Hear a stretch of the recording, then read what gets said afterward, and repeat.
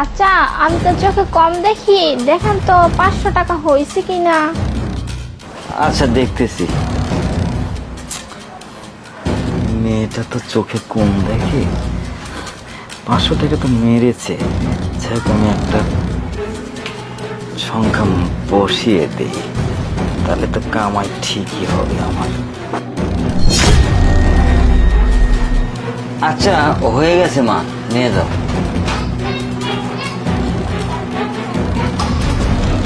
চাচা দেখুন 500 টাকা ক্যাশ আউট করে দিছি, তাহলে 500 টাকা দেন। হ্যাঁ ঠিক আছে, হয়ে গেছে। এই যে নেন। আচ্ছা ঠিক আছে কাকা।